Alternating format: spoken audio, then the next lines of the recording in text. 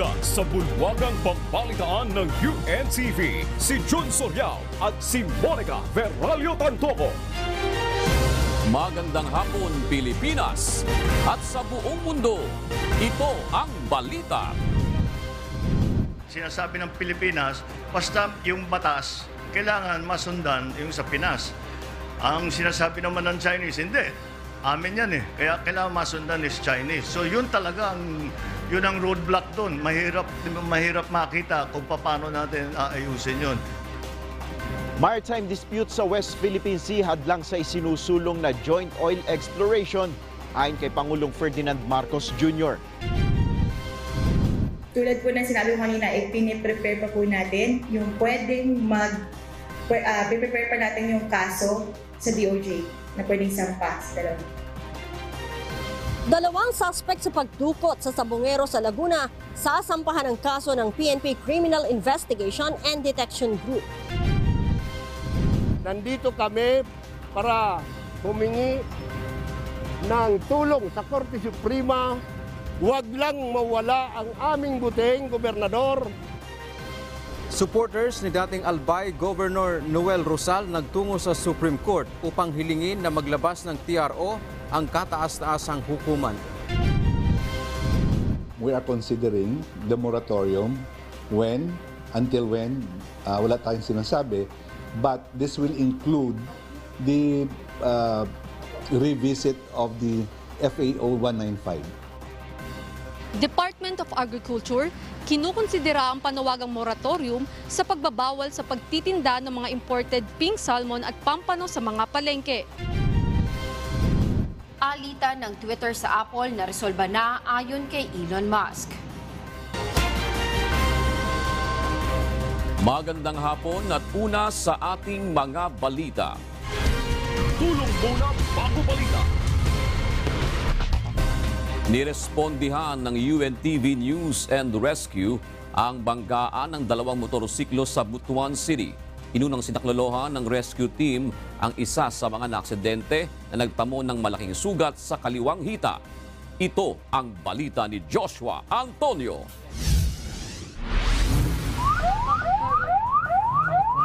Ang beacon or bleeding control is a life-saving procedure na ginagawa natin or ina-apply natin sa mga patient na nakakaroon ng mga injuries na associated with severe bleeding.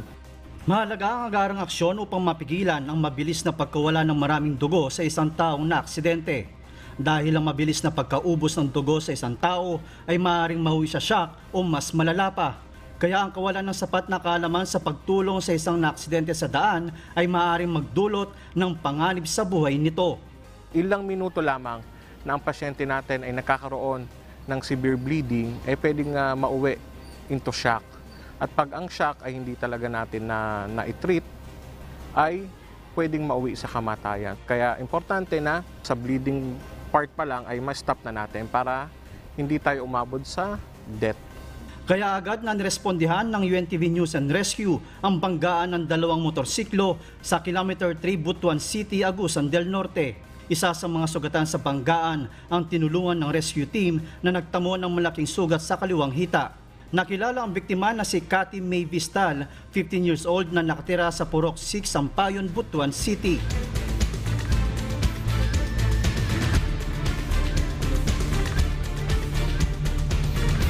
Agad itong nilapatan ng pangunang lunas ng grupo upang mapigilan ang pagkawala ng maraming dugo sa katawan nito. Matapos ang pagbigay ng first aid ay dinala na ito sa Butuan Medical Center para sa karagdagang atensyong medikal. Joshua Antonio, UNTV News and Rescue. Diyos ang aming sandigan, serbisyo publiko ang aming pinahahalagahan. Kailangan na ng Pilipinas ang langis o natural gas na maaaring makuha sa West Philippine Sea ayon kay Pangulong Ferdinand Marcos Jr. Ngunit sa kabilang ng pag-isikap, may nakikitang hadlang ang Pangulo na itinutulak na joint exploration sa karagatang sakop ng Pilipinas. Ito ang balita ni Nel Maribohok. Sinasabi ng Pilipinas, basta yung batas, kailangan masundan yung sa Pinas. Ang sinasabi naman ng Chinese, hindi. Amin yan eh. Kaya kailangan masundan is Chinese. So yun talaga yun ang roadblock doon. Mahirap makita kung paano natin aayusin yun. Ang maritime dispute sa pagitan ng Pilipinas at China ang isa sa nakikitang hadlang ni Pangulong Ferdinand Marcos Jr. sa isinusulong na joint oil at gas exploration sa West Philippine Sea. Ayon sa Pangulo, inanunsyo ng nakaraang administrasyon, partikular ni dating Foreign Affairs Secretary Teodoro Locsin Jr. na itinigil na ang negosasyon sa China para sa joint exploration dahil sa constitutional problems. Sa kabila nito, desidido si Pangulong Marcos Jr. na ituloy ang joint exploration sa rehiyon dahil na rin sa malaking pangangailangan ng bansa. Yun ang roadblock doon. Mahirap makita kung paano natin aayusin yun. I think there might be other ways para hindi gawing G2G or I don't know. We'll have to find a way. Kasi kailangan na natin eh. We already need, kung may mahanap dyan, kailangan na talaga ng Pilipinas. Yung China, hindi man, maliit na bagay sa kanila yan eh. Sa atin, malaking bagay yan. So, kailangan talaga natin ipaglaban at mapakinabangan kung meron mang oil talaga. Samantala, tuloy naman ang negosasyon sa pagitan ng Pilipinas at Estados Unidos para sa ilang pagbabago o amyenda sa 1951 Mutual Defense Treaty. Ayon kay PBBM, marami rin ang inihiling ng US sa ilalim ng 2014 Enhanced Defense Cooperation Agreement o EDCA. Well, the Mutual Defense Treaty is continuously under negotiation and under evolution. I always call it an evolution because things are changing. There have been many requests and proposals from the Americans, especially under EDCA. So all of that is under study now to see what is really feasible and what will be the most useful for the defense of Philippine territory.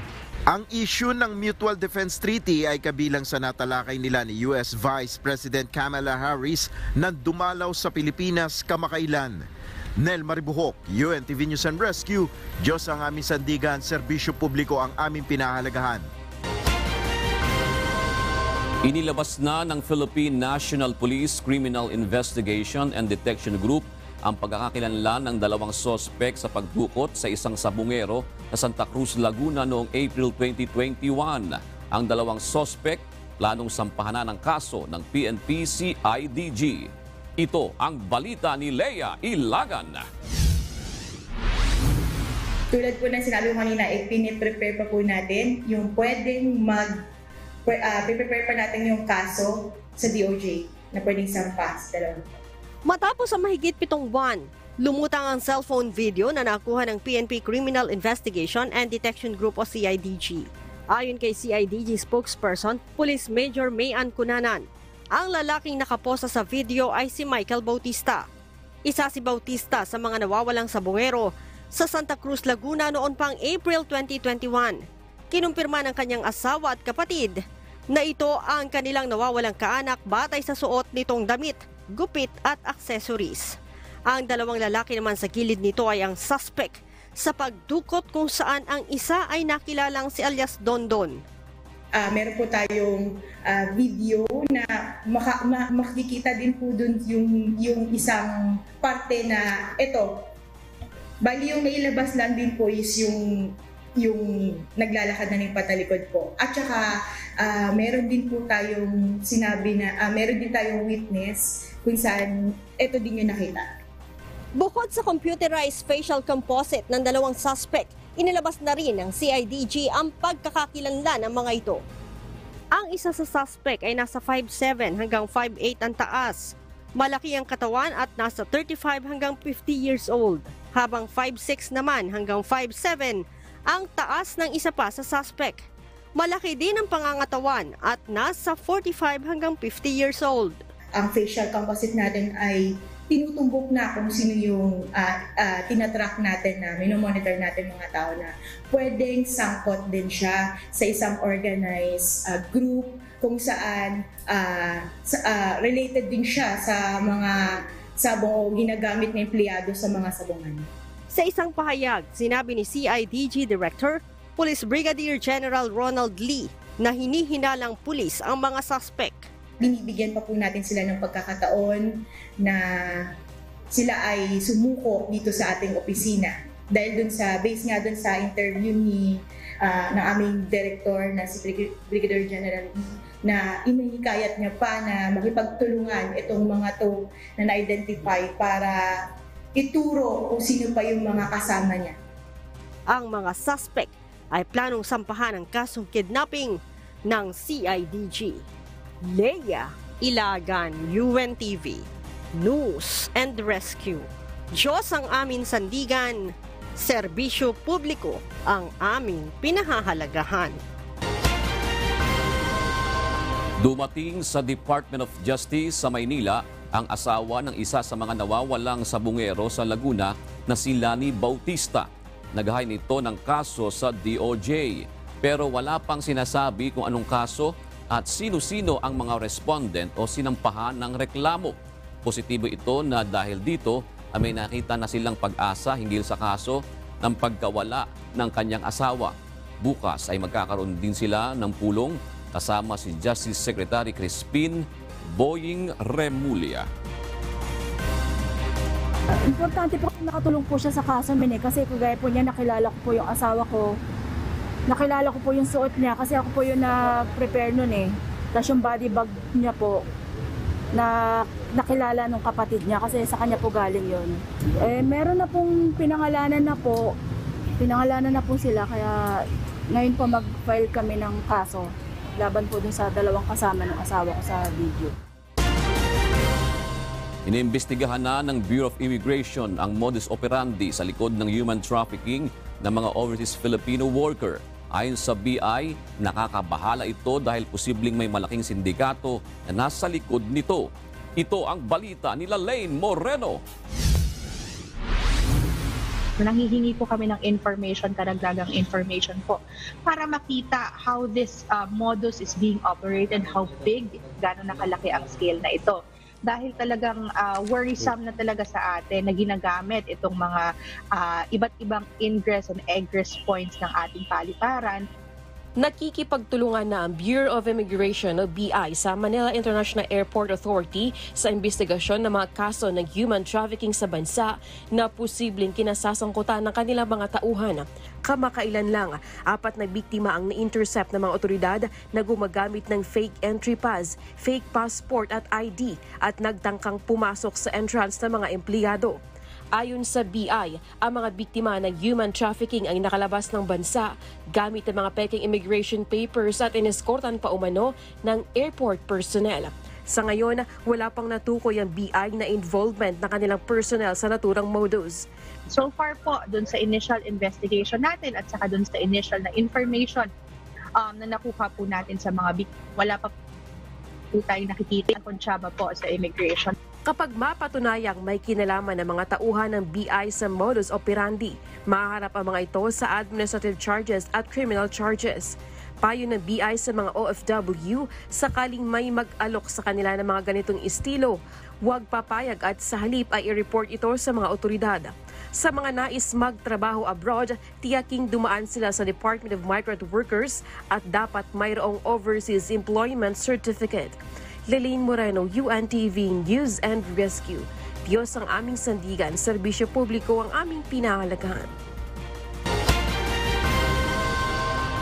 Inatasan na ni Justice Secretary Crispin Remulla ang National Bureau of Investigation o NBI na imbestigahan ang umunoy paggamit ng fake stamps sa Ninoy Aquino International Airport. Sinasabing ginagamit ang mga peking stamps sa pagpoproseso ng pag-alis ng mga ipinupuslit na individual palabas ng bansa.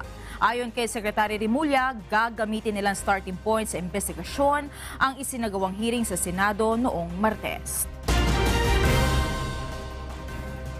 Nagtungo sa Korte Suprema ang ilang supporters si dating Albay Governor Noel Rosal upang manawagan na magpalabas ng temporary restraining order upang maibalik sa pwesto ang natanggal na gobernador. Inalis sa pwesto si Rosal matapos pagtibayin ng Commission on Elections o COMELEC ang ipinataw na disqualification dito dahil sa paglalabas ng pondo ng gobyerno sa panahon ng election ban. Ito ang balita ni Dante Amento. Nandito kami para humingi ng tulong sa Korte Suprema.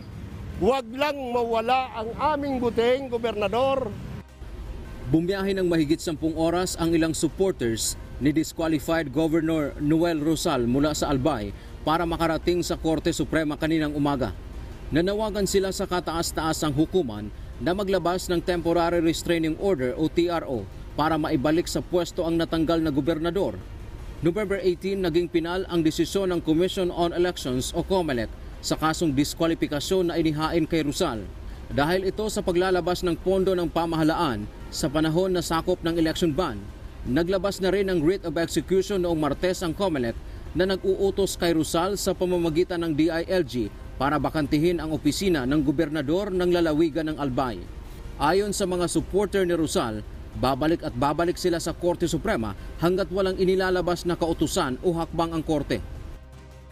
Nandito ngayon sa harapan ng Korte Suprema ang ilan sa mga supporter po ni disqualified Governor ng Albay na si Noel Rosal. Ang kanilang pag-asa ay makarating dito ang dating gobernador.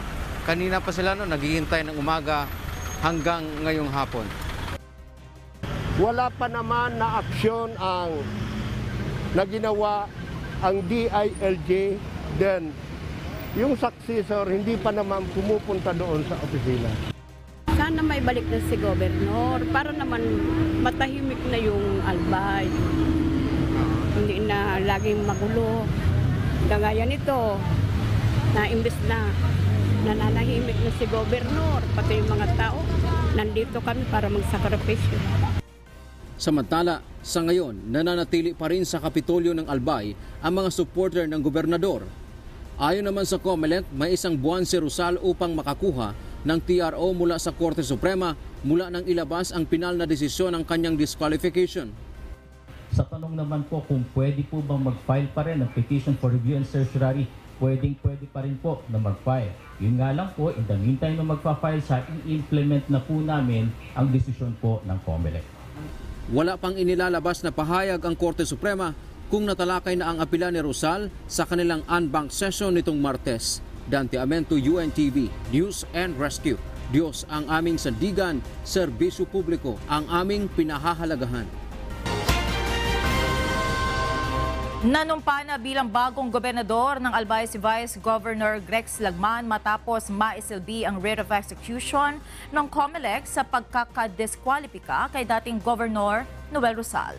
Nagtitipon-tipon naman sa loob ng Kapitolyo ang mga taga-suporta ni Rosal at hinarangan ang pintuan sa mga gustong pumasok dito. Mula sa Legazpi City, Albay, ito ang balita ni Venus Palyes Live. Venus, kumusta ang sitwasyon dyan sa Kapitolyo? At wala naman bang nanggugulo at marami bang mga pulis na nagbabantay sa seguridad? Yes, Monica, mapayapa naman at normal na ang sitwasyon dito sa Kapitolyo ng Albay. May mga pulis pa rin na nagbabantay ng seguridad at may ilang mga supporters pa rin ni Governor Rosal na narito. Formal lang nanumpa si Albay Vice Governor Grex Lagman bilang bagong gobernador ng Albay at senior board member ni Lem Dabungaw na nangahalin ng bagong Vice Governor. Ginawa ang panumpa sa opisina ng Albay Office and Emergency Management Office o ASPIMO sa Legazpi City. Ito ay alisunod sa nakasaad sa local government post na kapag nadiskwalipika at natalpik sa pwesto ang ilan at isang gobernador, ang gobernador ang makupo sa pwesto. Official na din na isipinigay ng Divisional Director of Talos University ang writ of execution galing sa COMELEC na nag-disqualify kay Rosal bilang gobernador ng Albay.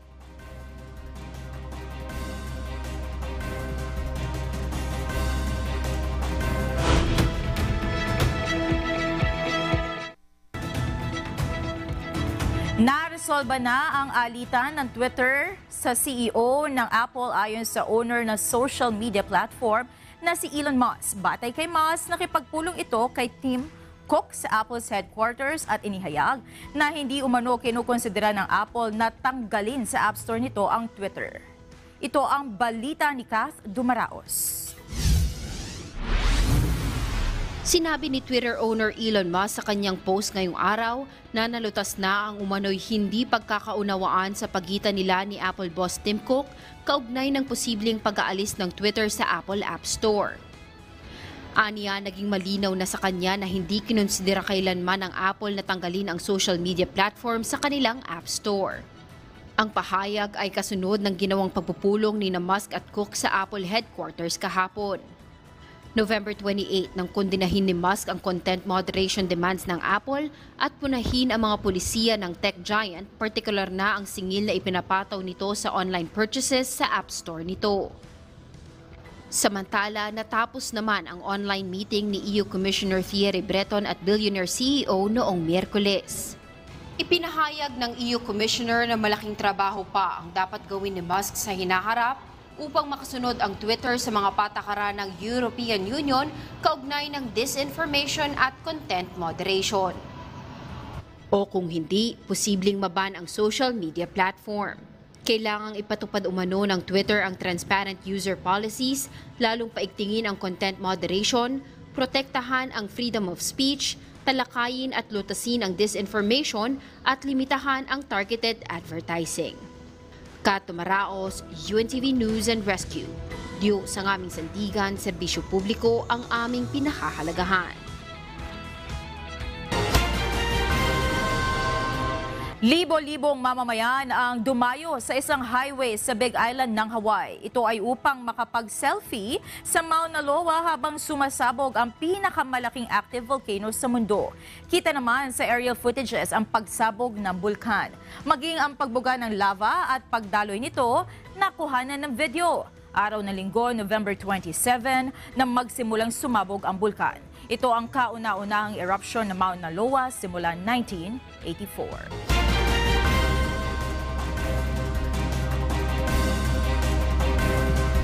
Balikan natin ang live report ni Venus Palles kaugnay sa panunumpa ni Vice Governor Grex Lagman bilang bagong gobernador ng Albay. Venus, kumusta muli ang sitwasyon dyan sa Kapitolyo? Wala bang nanggugulo at marami bang mga pulis na nagbabantay sa seguridad? Yes, Monica, mapayapa naman at normal na ang sitwasyon ngayon dito sa Kapitolyo ng Albay. May mga pulis pa rin na nagbabantay ng seguridad at may ilang mga supporters pa rin ni Governor Rosal na nandito. Formal lang nanumpa si Albay Vice Governor Grex Lagman bilang bagong gobernador ng Albay at si Senior Board Member Glenda Bungao na hahalili bilang bagong Vice Governor. Ginawa ang panunumpa sa opisina ng Albay Public Safety and Emergency Management Office o APSIMO sa Legazpi City. Ito ay alinsunod sa nakasaad sa local government code na kapag na-disqualifika at sinapalsik sa pwesto ang isang gobernador, ang vice-gobernador ang mauupo sa pwesto. Opisyal na ding nagsilbi ni DILG Regional Director Arnaldo Escobar Jr. ang writ of execution galing sa Comelec Inbank na nag-disqualifika kay Rizal bilang gobernador ng Albay. Bagamat ayaw papasukin sa Kapitolyo ng mga taga-suporta ni Rosal si R.D. Escobar, kaya't ipinasil na lamang nito sa pinto ng Kapitolyo ang dala niyang writ of execution. Ayon sa writ of execution ng Comelec Bank, kinakailangan na ibakante ni dating Gobernador Rosal ang posisyon dahil sa disqualification sa kanya na nag-ugat sa kaso ng paglabag sa 45-day local standing ban kaugnay ng May 2022 election. Kanina pang umaga nagtipon-tipon sa loob ng Kapitolyo ang mga taga-suporta ni Rosal. Sinarhan ang pinto ng Kapitolyo at pinagbawalang pumasok kahit sino kung hindi ismiyado o taga-suporta. Nakaharang ang mga ito maging saan papunta sa opisina ng gobernador. Maging ang mga miyembro ng media ay hindi din pinayagang pumasok. Samantala, pagkatapos manumpa, nagbigay ng mensahe ang bagong gobernador ng Albay na si Atty. Grex Lagman sa umano'y sususukan niya gaya ng pagpapalakas ng turismo, pagpapalakas ng scholarship program, negosyo at merkado at iba pa. Aniya, maging ang mga naunang proyekto ni Rosal, kung okay naman para sa kapakanan ng tao ay kanyang ipagpapatuloy. Sa ngayon, hiling ng bagong gobernador ng Albay ang kapayapaan lalo't sumusunod lang siya sa mandato at ipinararating niyang siya ay hindi kaaway kundi kakampi ng mga Albayano. At yan muna ang update muna dito sa Legazpi City, Albay. Balik sa iyo, Monica. Venus, nasaan ngayon si dating Gobernador Rosal at meron bang nabanggit ang kanyang campus sa magiging mga susunod na hakbang nila sa mga susunod na araw o linggo? Yes, Monica, sa ngayon wala tayong informasyon kung nasaan si Albay Governor Rosal at hindi wala pang kahayag galing sa kanilang kampo patungkol sa mga susunod nilang hakbang na gagawin, Monica. Magkakaroon din ba ng pagbabago sa manpower at mga key positions ngayon na nagpalit na ng liderato dyan sa Albay? Monica, wala pa tayong informasyon patungkol dyan pero aalamin natin yan sa mga susunod. Monica. At hindi ba apektado ang mga transaksyon dyan sa opisina sa Kapitolyo kung ganyan nga na hinarangan ng mga taga-suporta ng dating gobernador ang pintuan? Ayon sa ating mga nakausap dito sa Albay Capitol, Monica, maayos naman yung transaction at tuloy-tuloy naman sa buong paghapon. Bagaman mayroong mga taga-suporta ni Governor Rosal na nasa loob ng Kapitolyo, Monica. Maraming salamat, Venus Palles, live na nag-uulat mula sa Legazpi City. Umarangkada na ngayong araw ang 24/7 libreng sakay sa EDSA Busway. Kaalinsabay ng inaasahang dagsa ng mga pasahero ngayong holiday season. Bagaman malaking alwan ito para sa mga commuters, nanawagan naman ang ilang bus driver na sana'y huwag namang i-delay ang kanilang mga sahod at gawin na lamang sanang lingguhan ang pagpapasweldo sa kanila. Ito ang balita ni Jenny Sinhente. Malaking tulong yun sa amin. Yung pamasahe ko sana, pwede ko na siyang ilagay na lang sa iba kong expenses. Pagka madaling araw, makakauwi na rin kami kasi hindi gaya dati, may nahabol kaming oras na 10 p.m. lang, wala nang sakay. Kung dati ay 4 a.m. hanggang 11 p.m. lamang libreng makakasakay sa EDSA Busway ang mga pasahero, simula ngayong araw 24/7 na ang libreng sakay sa EDSA Carousel. Ginawa ito ng Department of Transportation upang masiguro na may masasakyan ang inaasahang dagsa ng mga pasahero ngayong holiday season at upang makaagapay rin sa empleyadong nagtatrabaho sa mga mall dahil sa ginawang adjustment sa mall operating hours. Malaking tulong kasi naaawas yung pamasahe pa namin na imbis na pambibili na lang namin ng pang-araw-araw na pagkain, nababawas sa amin yan kasi libreng sakay, wala kaming bayad. Kahit madaling araw na, sure na kaming may masasakyan kahit kaming mga pasahero. Ayon sa Land Transportation Franchising and Regulatory Board o LTFRB, nasa 650 bus units na ang bibiyahe sa EDSA Carousel mula sa nakaraang 550 na mga bus lamang. Ibig sabihin, mayroong higit 100 mga bus ang bibiyahe mula alas 11 ng gabi hanggang alas 4 ng madaling araw. Bagaman malaking alwan para sa mga commuter ang 24/7 libreng sakay, umaapila naman ang mga bus driver na sana'y hindi naman madelay ang kanilang mga sahod at sana'y gawin na lamang lingguhan ang pagpapasweldo sa kanila. Gaya na lamang ni Mang Ramon Clemente, alas 3 pa lamang aniya ng madaling araw kanina nang magsimula siyang mamasada. Aniya, kinakailangan niyang bumiyahe mula alas 3 ng madaling araw hanggang alas 12 mamayang hating gabi para naman kumasya ang kanyang kikitain sa pangangailangan ng kanyang pamilya. Sana yung sahod ng mga driver-conductor ma-settle na muna para sumigla na makatawan namin. Pagod na rin kami siyempre sa araw-araw. Alam naman namin na ibibigay. Mga linggo lang sana 2 weeks or 3 weeks. Ang nangyari kasi isang buwan di ba? Para naman, sana namin kukuha yung panggastos sa mga anak ko, gano'n, di ba? Pangkain namin sa araw-araw. Hirap din kami talaga, kaya alam siyempre titiis lang namin. Yung company namin nagbibigay ng bali sa amin pangkain. Yun ang inaano namin, magkapilang gagastos namin sa araw-araw. Bukod kay Mang Ramon, hindi pa rin natatanggap ni Mang Juan ang kanilang sahod sa nakalipas na buwan mula sa pamamasada sa EDSA Carousel. Aniya, nangungutang na lamang muna siya upang may maipanggastos sa araw-araw. Yung October, wala pa po yung yung 9 to 15 November wala pa po. Di bali sana basta tuloy-tuloy yung sahod ng lingguhan. Siyempre yung mga bayaran napupunta na sa utang magka. Nauna nang sinabi ni Transportation Secretary Jaime Bautista na inaasikaso na nila ang pagbabayad sa mga bus concessionaire na bumibiyahe sa libreng sakay. Umapila rin ang kalihim sa mga bus operators na bayaran ng tama at nasa oras ang kanilang mga bus driver upang hindi naman makompromiso ang kanilang mga sweldo, lalo't may mga pangangailangan rin sila na dapat matustusan. Janice Enhente, UNTV, News and Rescue. Diyos ang aming sandigan, serbisyo publiko ang aming pinahahalagahan.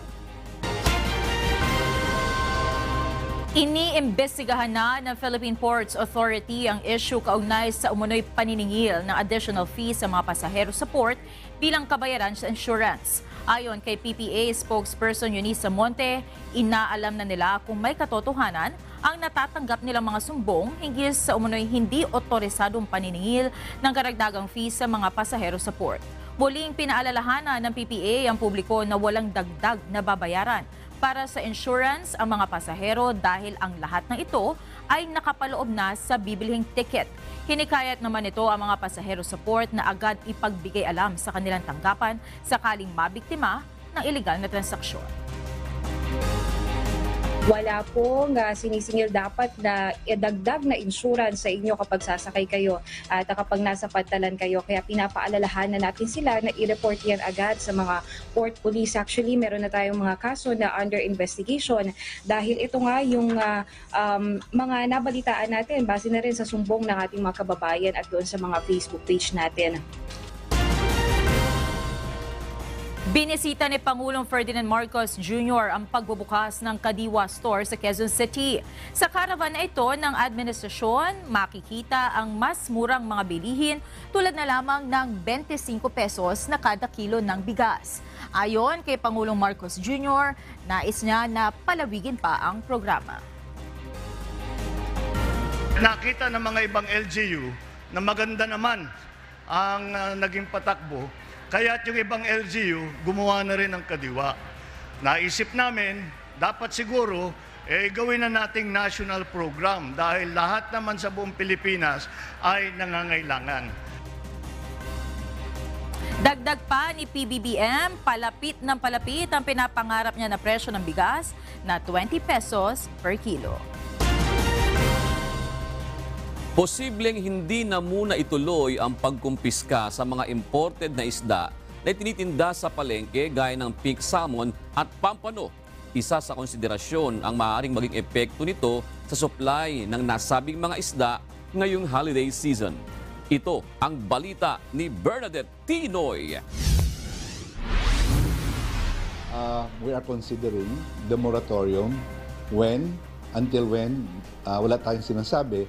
But this will include the revisit of the FAO 195. Ikinukonsidera ng Department of Agriculture na payagan muna ang pagtitinda ng imported pink salmon at pampano sa mga palengke.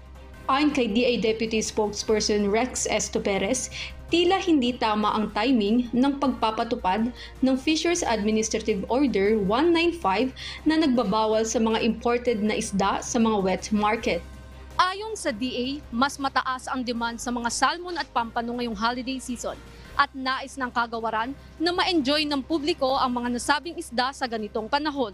Ay sinasabi natin na at least makakatikim tayo, hindi lang doon sa mga hotels and big restaurants. Kamakailan ay nagbigay ng deadline ang Bureau of Fisheries and Aquatic Resources o BFAR na hanggang December 3 na lamang maaaring ibenta ang mga nasabing isda. Binatikos ito ng mga mambabatas at sinabing anti-poor ang nasabing hakbang. Para sa salmon vendors na sina Mark John at Roland, malaki ang epekto sa kanilang kinikita sakaling hindi napayagan ng pagtitinda nito sa palengke. Tutumal kami. Siyempre hanapin yung tao ng yung mga nawalang isda, hanapin sa amin ang mga suki namin, tutumal kami. Sa amin po, mababawasan po yung benta namin o yung kita namin. Kung pwede, hindi nila tanggalin para yung mga tao na gustong tumikim ng masarap na imported, di ba? Imported yan. Makakain din. Kaysa sa restaurant, di ba? Restaurant kasi mahal yan eh.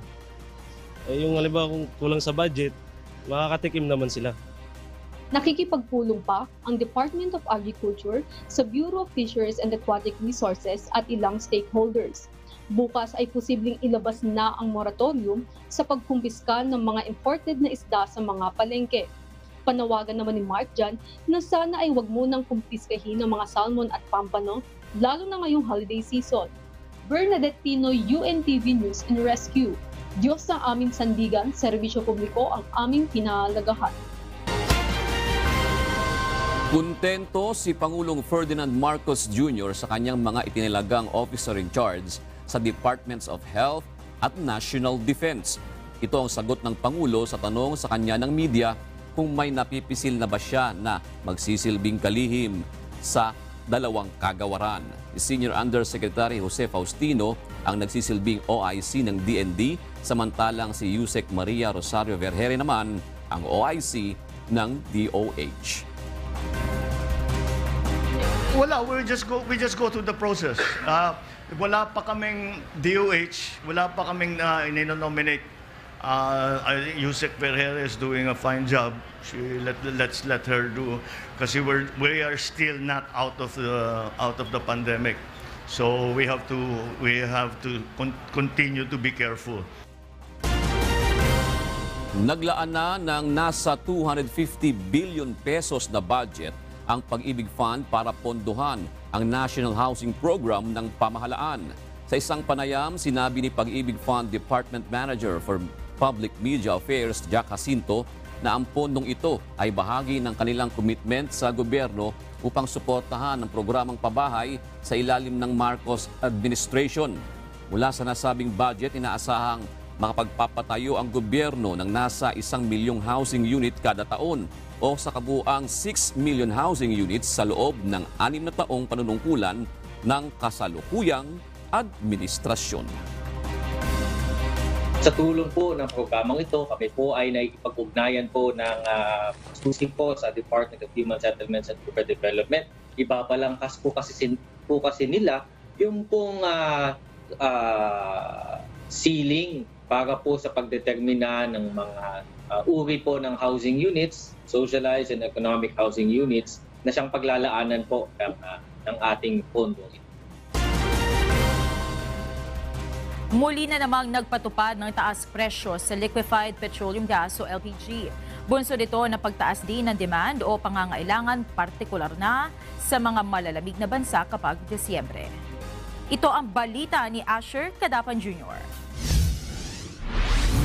Regarding po sa pagtaas po ng LPG, talagang ramdam po namin kasi masyado pong kumbaga parang mataas yung presyo, nahihirapan kami. Nakadepende ang operasyon ng negosyo ni Yolanda Bolea sa liquefied petroleum gas o LPG. Kumukonsumo siya ng 3 tangke ng 11 kilograms na LPG sa kada linggo. Kaya kahit kaunting pagtaas sa presyo ng LPG, may epekto pa rin sa kanyang negosyo. Ang ginagawa po namin kasi dati, katulad po ng sa Turon tsaka sa Banana Q, kung dati po talagang malaki, ngayon medyo niliitan lang po namin ng konti. Konti lang naman po, kumbaga para kahit pa paano bawi namin yung sa tangke. Kasi hindi naman po kami pwedeng magtaas ng presyo kasi kawawa naman po yung mga customer na bibili. Ngunit matapos magpatupad ng mahigit 3 pisong dagdag presyo sa kada kilo ng LPG noong Nobyembre, isa na namang price increase ang sumalubong ngayong Disyembre. Epektibo ngayong araw, tataas ng 2 pesos and 25 centavos ang kada kilo ng Petron LPG, habang ang Auto LPG naman ay may dagdag singil na 1 pesos and 26 centavos kada litro. Sa opisyal na pahayag, sinabi ng Petron Corporation na ang LPG price hike ay bunsod ng international contract price ng LPG para sa buwan ng Disyembre. Nauna na rin namang sinabi ng Department of Energy na ang LPG price hike ay inaasahan na dahil na rin sa pagtaas ng global demand. Partikular na dito ang malaking pangangailangan sa mga bansang nakararanas ng winter sa pagtatapos ng taon. Ngunit sa isang panayam, sinabi ni DOE Oil Industry Management Bureau Director Rino Abad na maaaring bumaba naman ang presyo nito sa unang 3 buwan ng susunod na taon. Sa huling tala ng DOE, noong nakaraang buwan ay umabot sa 797 hanggang 1,000 pesos ang presyo ng kada 11 kilograms na LPG sa iba't ibang kumpanya. Asher Cadapan Jr., UNTV News and Rescue. Diyos ang aming sandigan, serbisyo publiko ang aming pinahalagahan. Hati ang opinyon ng ilang mambabatas sa plano ng Marcos administration na pumasok sa mga kasunduan para sa pagtatayo ng nuclear power plant sa bansa. Ang ilan sa kanila, suportado ang naturang hakbang pero ang ilan mayroong agam-agam. Ito ang balita ni Harleen Delgado. Ilang senador ang pabor sa posibleng pagpasok ng gobyerno sa nuclear deal sa iba't ibang bansa. Si Senator Robin Hood Padilla, 100% pabor sa pagtatayo ng nuclear power plant sa bansa na kasama raw sa pinalakas ni dating Pangulong Rodrigo Duterte. Siguradoan niya siyang magiging maingat ang gobyerno sa pagpili ng paglalagyan ng mga planta. Si Senator J.V. Ejercito naman, naniniwalang dapat nang ikonsidera ng bansa ang nuclear power para maibaba ang presyo ng kuryente at matugunan ang issue ng climate change. Pero dapat lang anya ay mahigpit na masunod ang safety protocols. Ganoon din si Senator Sherwin Gatchalian na dating chairperson ng Senate Committee on Energy. Bagaman isang teknolohiya ang nuclear power na maaaring tingnan ng bansa, dapat anya ay pag-aralang mabuti ang mga panganib na kaakibat nito. Si Senate Majority Leader Joel Villanueva, bagaman bukas sa diskusyon, may agam-agam sa panukala dahil sa pangamba ng radioactive material sa mga tao at kapaligiran. Dapat umanong magkaroon ng masusing pag-aaral sa mga lugar na posibleng pagtayuan ng planta at waste storage. Mas bukas anya ang senador na mapag-aralan ang paggamit ng maliliit o modular types ng nuclear power plants sa bansa. Si Senate Minority Leader Aquilino Coco Pimentel, naniniwalang dapat mayroong batas na mag-ootorisa sa pagtatayo ng nuclear power plants sa bansa. Kasama na rito ang pagbuo ng isang legal framework at pagbuo ng isang regulatory body na mag-aaproba bago pa man simulan ang mga proyekto. Giit ni Senator Pimentel, hindi lamang ang ehekutibo, kundi dapat kasama ang Kongreso sa pagdedesisyon sa pag-adapt ng Pilipinas sa nuclear power. Pero si Senate Deputy Minority Leader Risa Hontiveros naniniwalang hindi sustainable ang paggamit ng nuclear energy. Kasama sa pangamba ng senador ang problema sa radioactive waste. Wala rin anyang kasiguraduhan na makakaiwas ang bansa sa nuclear accidents na nangyari na sa malalaking bansa. Naniniwala ang senadora na dapat pagtuunan na lamang ng pansin ng gobyerno ang alternative at renewable energy gaya ng solar, wind at hydropower. Harleen Delgado, UNTV News and Rescue. Diyos ang aming sandigan, serbisyo publiko ang aming pinahahalagahan.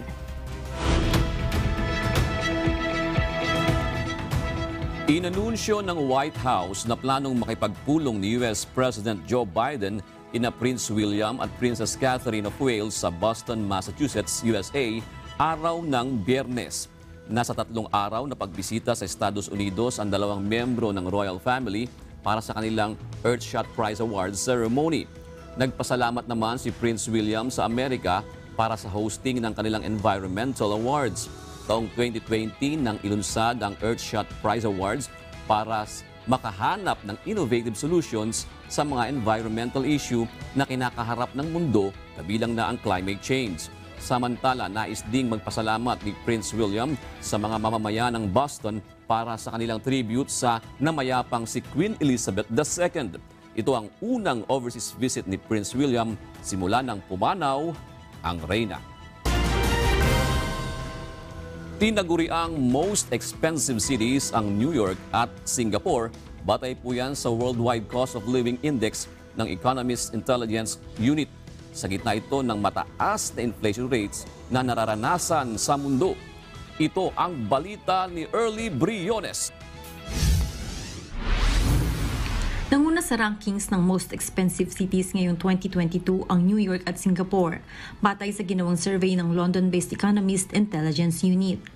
Ibig sabihin, ang dalawang lungsod ang may pinakamataas na cost of living o ang mga mamamayang naninirahan sa New York at Singapore ang gumagastos ng pinakamalaki sa kanilang pang-araw-araw na pamumuhay.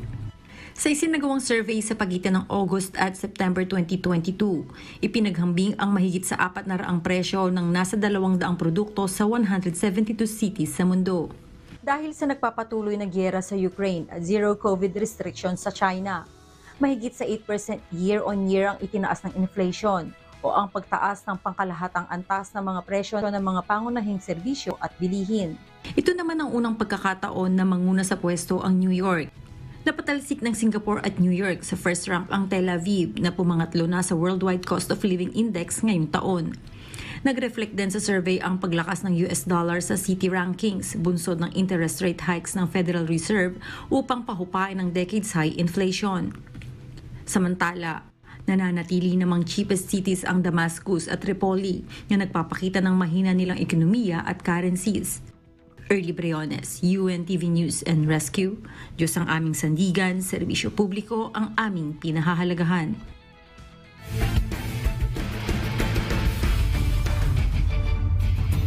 Dinomina ng 3-time champion AFP Cavaliers ang bagong lineup ng Department of Agriculture Food Masters upang itala ang kanilang unang panalo sa Liga ng Public Servants.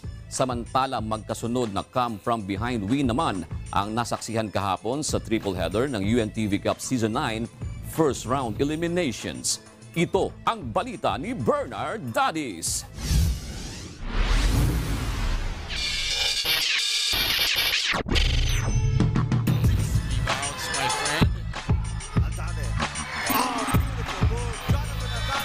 Kinapos ng hangin ng OPP-MS Trailblazers upang alagaan ang kanilang bentahe kontra PhilHealth Consulta sa first game ng triple header ng UNTV Cup Season 9 first round eliminations kahapon. Abante ng 10 puntos ang Trailblazers sa pagkatapos ng first half 52-42. Umangat pa ito sa 11 points and out third kanto 80-69. Subalit napagod ang Malacanang team nang mag-iba ng diskarte ang PhilHealth. Nagtapos ang ball game sa score na 101-91, pabor sa koponan ni Coach Delio Aceron. Best player of the game ang ex-pro player na si Jonathan Aldabe na kumamada ng 26 points, 6 rebounds at tig-isang assist, steals at blocks. Well, it's a team effort. Nakita natin ng first half, nakakatira ang OP Malacanang.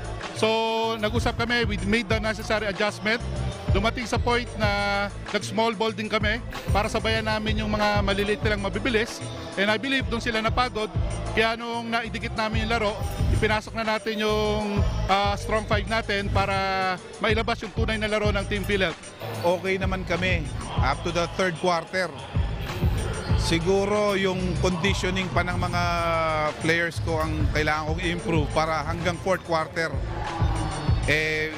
lumalaban pa rin kami at hindi pa sila pagod. Pero meron kang threat ka na sa opensa. Nice spin by Mateo. That's just the second field goal. Pinatumba naman ng Ombudsman Grapbusters ang SSS Kabalikat sa isa pang come from behind win sa second game upang ilista nito ang unang panalo sa liga. Bagamat yamado ang SSS sa first 3 quarters, unti-unting natibag ng Grapbusters ang abante ng Kabalikat team hanggang sa magwagi sa score na 65-58. Nanguna sa Ombudsman sina Frederick Baldonado at Robel Casidsid na may combined 37 points at 20 rebounds kaya tinanghal na best players of the game. Opening jitters, medyo nagkakaamuyan pa yung mga players. So, depensa talaga. Doon kami nabuhay sa depensa. Pero unang-una yung free throw. Yun ang medyo na hindi namin napag-focusan free throw. Nag-focus kami doon sa speed namin, ng team ng SSS. Tsaka yung mga perimeter namin, wala kami masyadong perimeter. Puro loob. Rosopa keeping it alive. Here comes Cordero. Bautista with the catch. Bautista drives. What a pass. What a pass.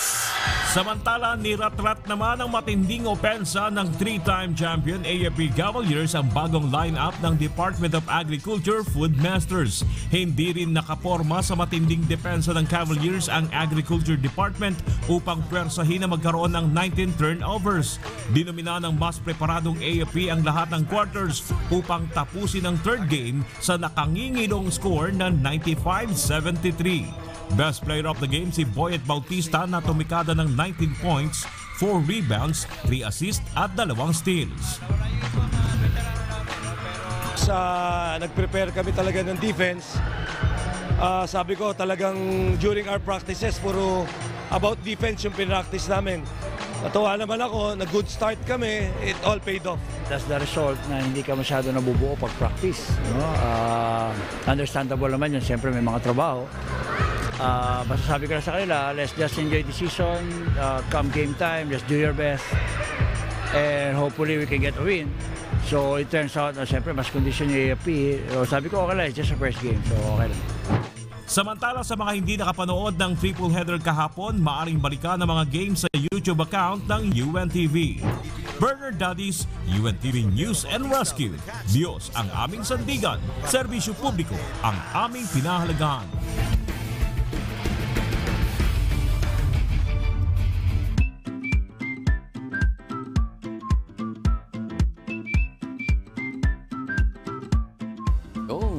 Ating mga kausin, nag-aantay na ng kanilang mga comments na mabasa natin. Oo. Ngayong unang araw ng huling buwan ng taon, di ba? December 1. December. Oo, napakabilis. Ano ba ngayon? December 1, di ba? December 1, no? Napakabilis.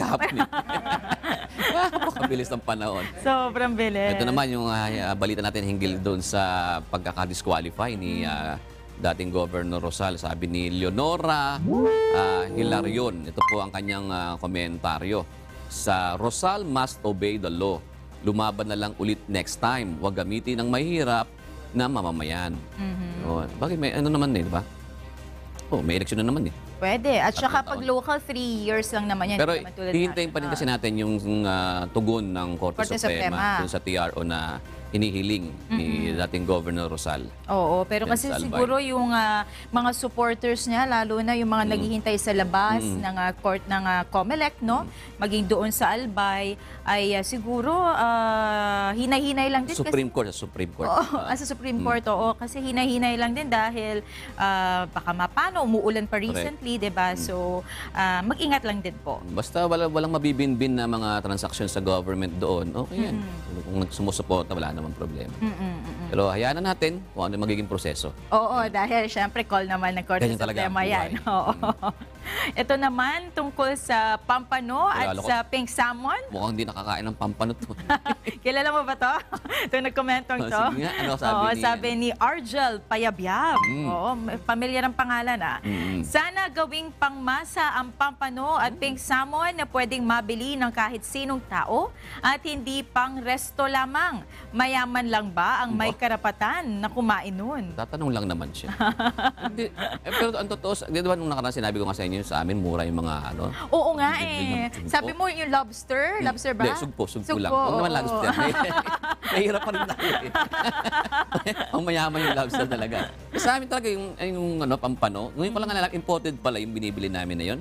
Pati yung, sabi nga nila, pagka daw mahirap, pag pinapronounce daw yung salmon. Wala yung, may L, may letter L. Mayaman daw, salmon. Pero masarap kasi yan, lalo na pag tama yung pagluto. Sa amin kasi mura Mura lang minsan nasa 200 plus lang ang Magkano ba ang ngayon? Kapag sa normal? Hindi ko alam Pero sa amin ang salmon o kaya yung pampano, mura lang, nasa 200 plus lang. 3 malalaki na yun. Piraso.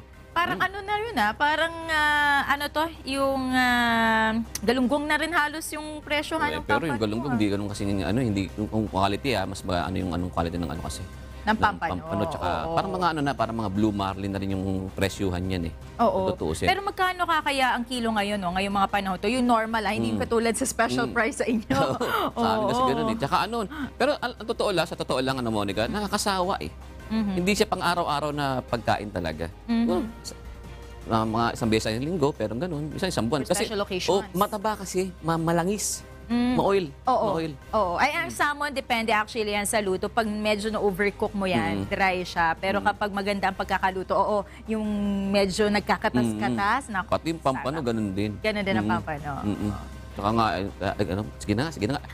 Ginugutom natin yung ating mga si Daddy Larry Alejandro, nanonood palagi yun. Happy viewing po. Sabi niya, mura pala sa inyo ang mga ganyang isda. Ayan, sabi niya. Siyempre, hindi natin po makakalimutang i-shout out ang mga nag-iiwan ng kanilang pagbati sa YouTube ating live stream. Hello po sa inyo, si Willie Dacanay, si Pinoy Trending, si Elenita de la Cruz. Sila laging nagko-comment. Nababasa ko yung comments nila. Madalas ko nakikita yung mga pangalan nila. Kaya maraming salamat. Tataas din ng ng LPG. Magkano? 2 point something? Per kilo. Tama, kilo. Kasi yung may bahay ko, nagpaparamdam na Nag-click ng stop. Tataas ang LPG. magiging 1,000 na daw. Mga ganun, parang. Oo, totoo. Kasi parang nakita ko kanina doon sa TR 916 current, nang wala pa yatang price increase yun. Kung magto 2 pesos something per kilo, tataas talaga. Parang masama ang gising pag ganun So tipid-tipid na lang sa pagluluto. Kumbaga marami kasing pinagagamitan talaga LPG. Oo. Talagang dati nung araw kasi kusot lang pwede na Tsaka yung mga pinupulot-pulot na kahoy.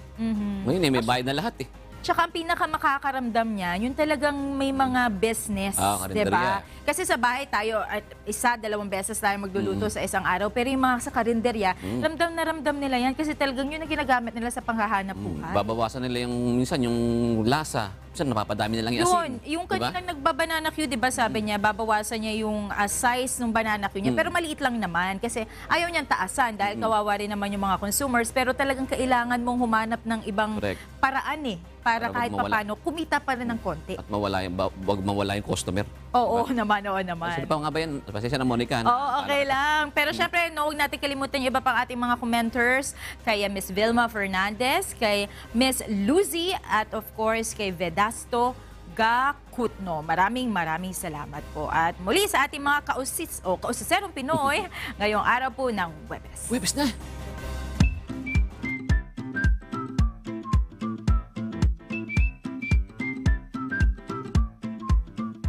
Narito naman ang salita ng Diyos na ating sandigan mula sa aklat ng Mateo 5:3 na nagsasabi, mapapalad ang mga mapagpakumbabang loob sapagkat kanila ang kaharian ng langit.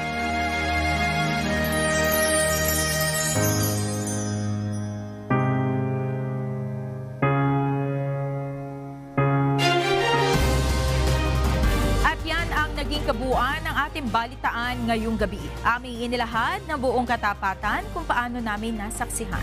Kayo'y makapagtitiwala na ang aming nakita at narinig ang aming ibinabalita. At dito po sa UNTV, Diyos ang aming sandigan. Serbisyo publiko ang aming pinahahalagahan. Magandang gabi po